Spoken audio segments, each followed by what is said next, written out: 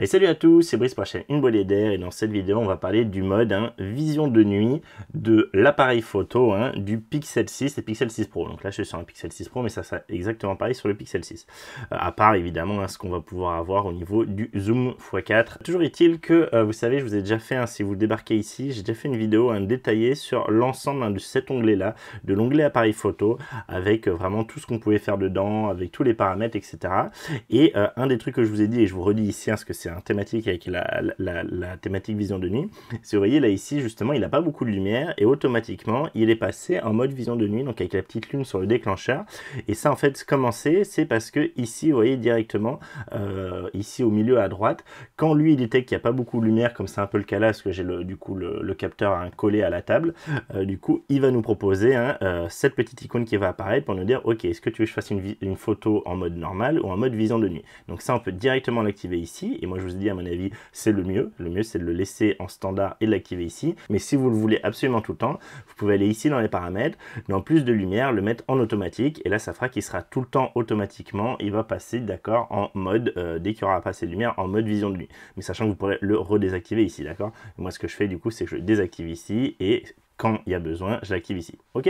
Donc voilà, ça c'était pour ça. Et maintenant, on va vraiment aller dans l'onglet vision de nuit. C'est ce qu'on va vouloir discuter dans cette vidéo. Donc, vision de nuit, comment ça se passe je vous l'ai dit, en fait, c'est une pause, d'accord. C'est vraiment une pause longue. Et donc, forcément, si vous avez des sujets en mouvement, si vous voulez prendre, je sais pas, une bicyclette qui passe le soir dans une ville, et ben ça va être flou, d'accord. Ça, vous ne pourrez pas avoir une photo nette d'un sujet qui bouge pendant la nuit. C'est des tout petits capteurs. Pour pouvoir avoir beaucoup de lumière qui arrive et pour pouvoir avoir une photo lumineuse, il faut forcément faire une forme de pause longue ou faire plein de photos, du coup, qui va stacker ensemble, qui va remettre ensemble pour pouvoir récupérer la lumière de toutes ces photos.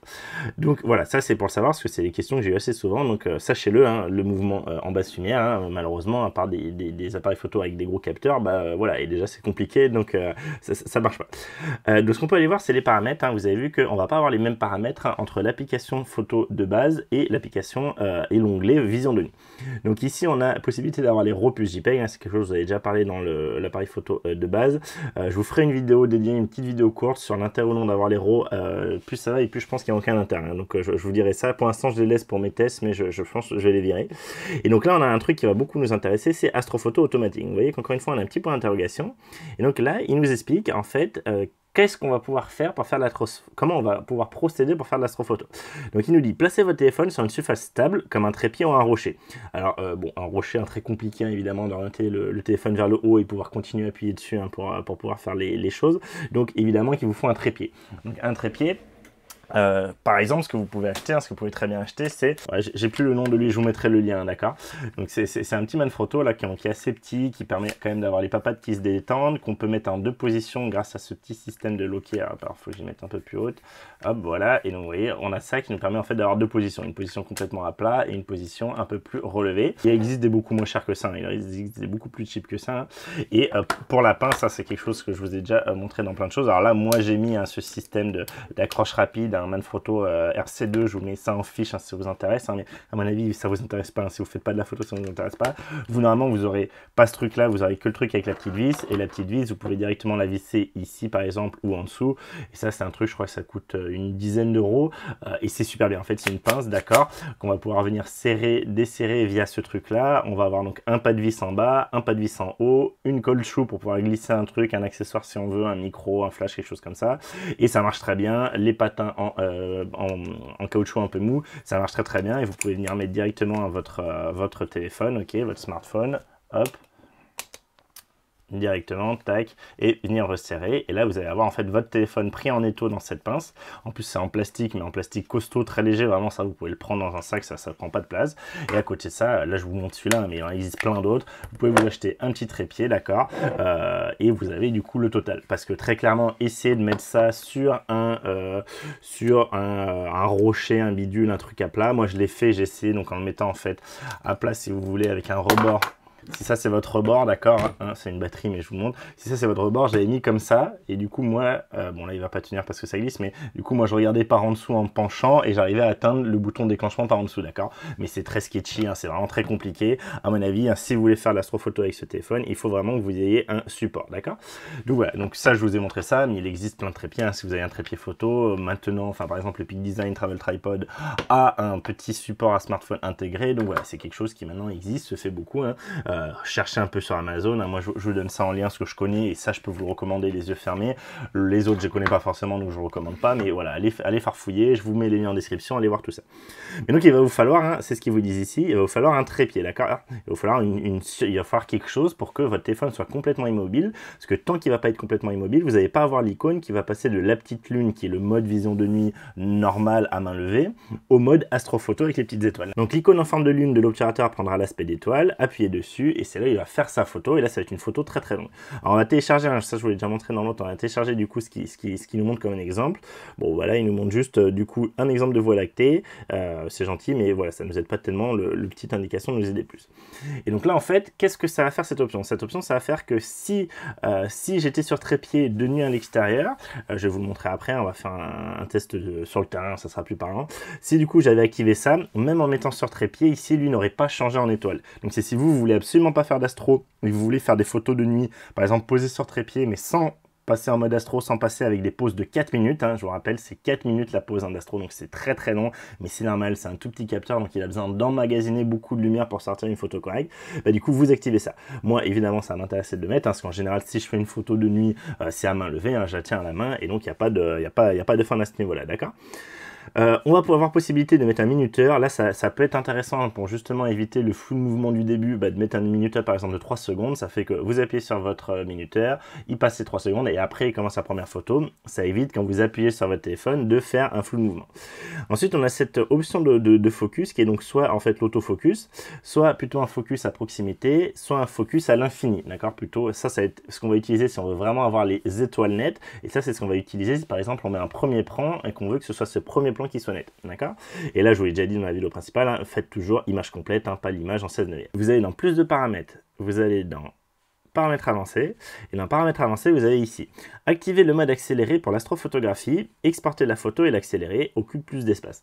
Ça en fait ça va être qu'on va avoir une petite vidéo de la photo qu'on a faite, en fait de toutes les photos qu'il va faire pour faire sa photo d'astro. On va avoir un petit mode un peu time-lapse qui du coup va être créé, donc ça vous pouvez choisir de l'activer ou pas. Vous avez vu, moi je désactive parce que ce qui m'intéresse, hein, c'est vraiment la photo. En fait le time-lapse, vous allez voir, il va durer 2-3 secondes à tout casser, donc c'est pas forcément très intéressant, mais pour ceux qui voudraient l'avoir, bah, ça peut être intéressant. Et dernière petite précision quand même, c'est que je vous avais pas dit, mais on peut également utiliser ce mode vision de nuit avec le capteur frontal, d'accord.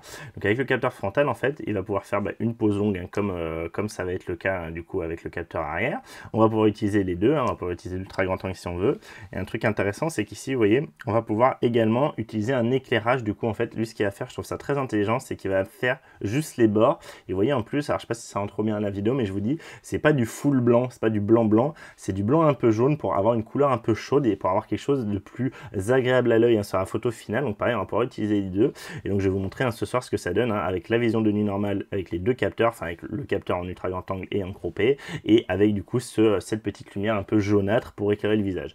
Le reste, hein, du coup c'est les options de portrait, on verra ça dans l'aspect portrait, hein. Je vais pas le faire ici, d'accord, c'est juste l'aspect portrait. Donc voilà, c'était juste pour vous dire ça, et on va se retrouver dehors tout de suite ce soir pour moi et tout de suite pour vous. Allez, c'est parti. Allez, on se retrouve dehors, hein, c'est le soir et vous voyez malheureusement, hein, vous vous rendez compte, c'est bien nuageux, donc je vais pas pouvoir vous faire encore une fois, hein, ça fait je sais pas combien de temps que tous les soirs c'est la merde, hein, c'est soit la merde toute la journée, soit que le soir.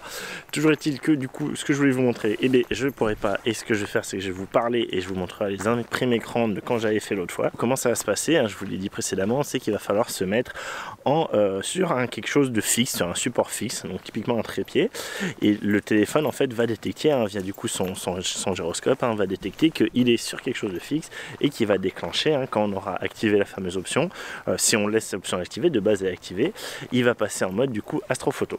On met le téléphone sur un trépied, on le pose quelque part, on fait notre composition, on attend. Là on voit que du coup le téléphone en bas, au lieu d'avoir la petite lune, on a les étoiles. Du coup ça veut dire qu'il va passer en astrophoto et que quand on va déclencher ça va prendre 4 minutes. Donc du coup on lance ces 4 minutes, donc ça prend 4 minutes, c'est très très long. Et à la fin on va obtenir, hein, du coup bon, là je vous montre en accéléré hein, pour vous montrer ça prend bien 4 minutes. Heureusement on a le timer, hein, on a le chronomètre qui tourne, hein, du coup le minuteur qui tourne pour nous dire bah, voilà il reste plus que tant de minutes hein, etc. Donc je vous l'accélère et à la fin on obtient notre photo. Ok, donc ça c'est très cool et on va obtenir en plus de ça, d'accord, on va obtenir soit que la photo si on a désactivé l'option fameuse vidéo en mouvement, la photo en mouvement que je vous ai montré avant, soit on va obtenir donc la photo plus la vidéo. Donc là je vous montre hein, ce que ça donne, d'un côté la photo et d'un côté la vidéo qui va avec. Donc c'est un petit fichier MP4 qui du coup ça a le mérite de faire un micro timelapse. Si vous voyez en gros il dure 1 ou 2 secondes. Là j'ai revu, je crois que c'est 1 seconde, hein, ça va être 1 seconde et demie. Donc pas de quoi faire un vrai timelapse avec ça, d'accord. Mais potentiellement ça peut être quelque chose d'intéressant à voir hein, si vous voulez intégrer dans un petit montage vidéo. Mine de rien ça fait 1 seconde et demie de timelapse, c'est toujours sympa. Bon moi je trouve que ça sert pas à grand chose, je préfère l'enlever, je préfère faire un vrai timelapse avec mon gros boîtier. Et du coup je vous le dis hein, là vous voyez hein, ça c'est ce que vous obtenez avec un gros boîtier, d'accord, avec un boîtier avec un gros capteur, un capteur plein format hein, donc c'est pas quelque chose de comparable, d'accord. Moi pour avoir une photo d'astro, d'accord, avec mon gros boîtier je fais en fait une seule photo d'une trentaine de secondes à peu près, d'accord, 30 secondes, quelque chose comme ça, d'accord, avec du 15 mm. Donc c'est clairement pas comparable, mais la force du Pixel, hein, ça a toujours été sa force, c'est de réussir à bypasser entre guillemets le problème du petit capteur via une solution logicielle. Et là la solution logicielle c'est en fait faire plus qu'une seule photo très longue de 4 minutes, c'est plein de photos qui après, donc pour avoir justement les étoiles pas floues, hein, si on avait fait juste une photo de 4 minutes, hein, vous aurez eu des traînées d'étoiles, vous aurez une petite traînée d'étoiles, ça aurait fait des étoiles complètement fous. Là c'est pas le cas, c'est en fait il prend plein de photos d'affilée, il va, ce qu'on dit c'est stacker, il va les recombiner tout ensemble les unes avec les autres pour essayer de récupérer le maximum de lumière de toutes ces étoiles qui du coup il arrive à remettre au bon endroit et à empiler les unes sur les autres, et c'est ça qui vous permet d'avoir une photo d'astro. Donc je suis désolé, vous voyez hein, vraiment c'est pas terrible comme photo hein, ce que je vous fais défiler. C'était déjà pas mal nuageux, c'est à chaque fois que j'essaie de vous en faire c'est nuageux. Évidemment on n'est pas du tout à la saison de la Voie lactée, en plus ça ces derniers temps j'ai de nouveau la lune, donc moi quand j'avais fait c'était quand il y avait beaucoup de vent, je m'étais caillé, mais c'est vraiment le seul créneau que j'ai trouvé et c'est une des raisons pourquoi ça a pris tant de temps que je vous sorte la vidéo, c'est que j'ai pas trouvé le bon créneau. Je vous referai une vidéo certainement pour vous montrer ce que ça donne en comparaison avec mon plein format quand ce sera la saison de la Voie lactée, c'est-à-dire en été quoi, en été prochain. Mais donc voilà, donc ça marche quand même très clairement bien. Je trouve ça génial que Google le propose avec son Pixel, hein. C'est le seul smartphone qui fait ça à ma connaissance. Peut-être que maintenant il y en a d'autres qui le font, ceci dit, mais en tout cas c'était le premier à le faire avec le Pixel 5 si je dis pas de bêtises, ou avec le 4, peut-être même avec le 4, je sais plus, dites-moi en commentaire. Mais voilà, je trouve ça vraiment bien qu'il le propose, ça permet, moi je sais, j'avais quelqu'un dans les commentaires qui était très intéressé par ça, Moonlighter si je dis pas de bêtises, depuis il est plus trop sur la chaîne, mais voilà, je pense que c'est vraiment super de pouvoir proposer à tout le monde d'essayer de faire de l'astro et ça marche vraiment, voilà, ça marche vraiment. C'est pas exceptionnel, mais franchement ça marche pour un si petit capteur, c'est très impressionnant. Donc voilà, donc ça c'était pour l'astro. Je vais pas tellement vous en dire plus, hein, vous avez vu, hein, voilà, en fait il faut avoir un support stable, il faut faire votre composition, il faut lancer l'enregistrement et je pense c'est mieux de mettre les 3 secondes, 1 minuteur avant, et boum, vous lancez votre photo et 4 minutes après vous avez votre photo. Évidemment il ne faut pas que votre premier plan bouge, hein, et ce que je vous montre là, hein, si vous avez des arbres qui bougent, évidemment des feuilles, des branchages, ça va être un peu flou forcément, puisque c'est quand même en fait c'est une pause, c'est plein de photos mises ensemble, mais ces photos sont déjà une pause longue, donc forcément ça va être au moins 30 secondes, hein, je pense c'est ouais, peut-être 20 secondes, mais même façon 3 secondes si vous avez des branches qui font ça va être flou forcément. Donc voilà, donc ça c'était pour l'aspect astro, on va dire vraiment astro et je vous montre là, j'en profite là, voilà, je vais le faire tout de suite ici, d'accord, comme ça vous donne exactement la lumière. Je crois que lui s'éteint de temps en temps, peut-être aller au prochain pour être sûr qu'il ne s'éteigne pas. Donc là vous avez ce que ça donne du coup en vidéo, où là je l'ai mis en, pour vous dire, hein, pour ceux qui connaissent la photo vidéo, là ici je suis en balance des blancs auto, mais en balance des blancs ambiance, d'accord, je suis pas en blanc, j'ai fait exprès pour que vous voyez la gueule que ça a avec ces lampadaires. Ça c'est des lampadaires full orange, hein, d'accord, c'est vraiment très orange, et justement je vais vous montrer ce que ça donne, hein. Du coup un petit selfie, alors on va essayer de le faire peut-être comme ça, voir ce que ça donne avec la lune derrière, d'accord, vous voir ce que ça donne donc sans le mode nuit et avec le mode nuit. C'est parti, je vous montre ça. Ok, donc je viens de tester en selfie, hein, et donc vous voyez en selfie, hein, en mode vision de nuit, on va bien avoir possibilité d'utiliser les deux capteurs. En fait c'est le même capteur, soit normal soit croppé dedans, un 0,7x c'est sa vraie taille, un X c'est une fois qu'il est croppé, et donc on va pouvoir l'utiliser, vous avez vu, donc je vous montre d'abord, hein, ce que ça donne en mode vision de nuit simple, hein, d'accord, donc vraiment c'est uniquement cette petite pose longue qui fait, donc je vous montre sur les deux angles indifférents, et on peut faire pareil en activant ce que je vous ai montré tout à l'heure et je vous le remonte là, en activant le mode du coup flash frontal si vous voulez, donc ce fameux du coup, la bande qui du coup normalement est noire en haut et en bas, elle est blanche un peu jaunâtre, hein, pour donner un petit éclairage un plus naturel plutôt que du blanc qui va souvent être un peu arche, un peu bizarre au niveau du visage. Et donc voilà, donc je trouve que ça marche très bien, et à noter qu'on va pouvoir utiliser ça aussi même dans l'appareil photo principal. Quand on va dans l'appareil photo principal, on va pouvoir du coup, quand on se met en mode portrait, en mode de selfie pardon, en mode avec le capteur frontal, on va pouvoir soit du coup justement lui dire qu'on se met, alors soit lui va nous le proposer indirectement en bas à droite, vous savez, on se dit ok, on se met en automatique. Donc d'abord je vous montre ce que ça donne sans le mode vision de nuit, donc vraiment juste une photo normale, hein. Donc forcément c'est pas terrible, hein, c'est très bruité, c'est pas génial. Quand on passe du coup avec le mode vision de nuit grâce au petit A qui est en bas à droite, donc on va retomber sur exactement la même chose qu'on avait dans l'onglet vision de nuit, et on va pouvoir du coup, quand on va dans les paramètres, aller en haut et lui dire que plutôt d'être en mode vision de nuit automatique, on se met en petit flash, la petite lampe du petit flash, et vous voyez qu'en fait là du coup lui nous dit plus qu'on est en mode vision de nuit comme quand on est dans l'onglet vision de nuit, mais en fait quand j'appuie sur déclencher, vous pouvez voir là, ça fait une pause longue, on voit qu'il met un peu de temps à faire le tour pour faire la photo un peu longue et du coup prendre en fait une photo en vision de nuit malgré le flash frontal. C'est pas une photo simple qu'il ferait juste avec le flash. Donc voilà, donc ça marche, hein, encore une fois, regardez, hein, dites-moi ce que vous en pensez. Bon, c'est pas génial ce que je vous montre, peut-être je vous en montre d'autres, hein. Mais voilà ce que ça donne. Je trouve que ça marche très bien quand même. C'est encore une fois, on peut faire une photo de groupe avec ça. Alors évidemment du coup le fait de mettre ce flash là, moi je trouve c'est bien, parce que moi qui porte en plus sa capuche, ça par exemple, ça permet d'éclairer vraiment le visage. Par contre évidemment pour des porteurs de lunettes comme moi, on a tous les reflets qui du coup sont là, hein, forcément, hein, moins qu'on fasse bien gaffe de se tourner dans le bon sens, et donc ça à prendre en compte. Voilà, je pense que j'ai fait le tour pour tout ce qui était vision de nuit. Vous voyez, il n'y avait pas tant de choses à dire que ça, hein. J'aurais préféré vous le montrer avec une vraie voie lactée, vous faire un vrai test, vous comparer par rapport à une photo d'un vrai appareil photo, un vrai boîtier plein format, etc. C'est pas la saison, c'est la merde niveau météo, j'ai vraiment pas pu trouver mieux, je suis désolé. Dites-moi quand même ce que vous en pensez en commentaire. Je vous mets encore une fois les photos, hein, dans une galerie dédiée, enfin une galerie Astri Photo, comme ça vous pourrez aller voir, et je vous mettrai le lien de la précédente galerie avec toutes les photos d'avant, les photos standards dedans. Donc voilà, je vous laisse ça. N'hésitez pas à me dire en commentaire si vous voyez quelque chose d'autre, si j'ai oublié un truc, etc. Là sur l'aspect traitement photo, etc., il n'y a pas grand chose à dire, hein, sur l'astrophoto, hein. Franchement il n'y a pas de truc particulier comme on pourra le voir après pour le portrait. Ça par contre on le regardera en détail dans le portrait, et vous avez été plusieurs à me demander, et donc je ferai une vidéo dédiée sur l'aspect Google Photo, hein, vraiment le post-traitement, hein, dans Google Photo sur le téléphone, voir tout ce qu'on peut faire. Mais voilà, là pour l'astro il n'y a pas un truc en particulier, hein, d'accord, qui peut être intéressant à ce niveau là, c'est les trucs généraux de Google Photo. Donc voilà, si j'ai oublié un truc, si vous voyez quelque chose de plus, si vous avez une question, une remarque comme d'habitude, n'hésitez pas à le faire dans la section commentaires. Si cette vidéo vous a plu, n'hésitez pas à la liker, à la partager. Si vous n'êtes pas abonné et que ce genre de contenu vous intéresse et que vous voulez voir la suite des vidéos sur l'ensemble des onglets qu'on a en bas, hein, au niveau de l'application appareil photo du Pixel 6 et Pixel 6 Pro, abonnez-vous et activez les notifications. En plus ça fait beaucoup de bien à la chaîne, ça me soutient et ça montre que ça vous intéresse, et moi ça me permet de continuer à faire ces vidéos. Et moi je vous remercie à tous ceux qui ont regardé cette vidéo. Je vous dis à très vite pour la prochaine vidéo. Il y aura certainement une autre vidéo, hein, avant cette prochaine sur le Pixel 6, mais ça va arriver, vous inquiétez pas.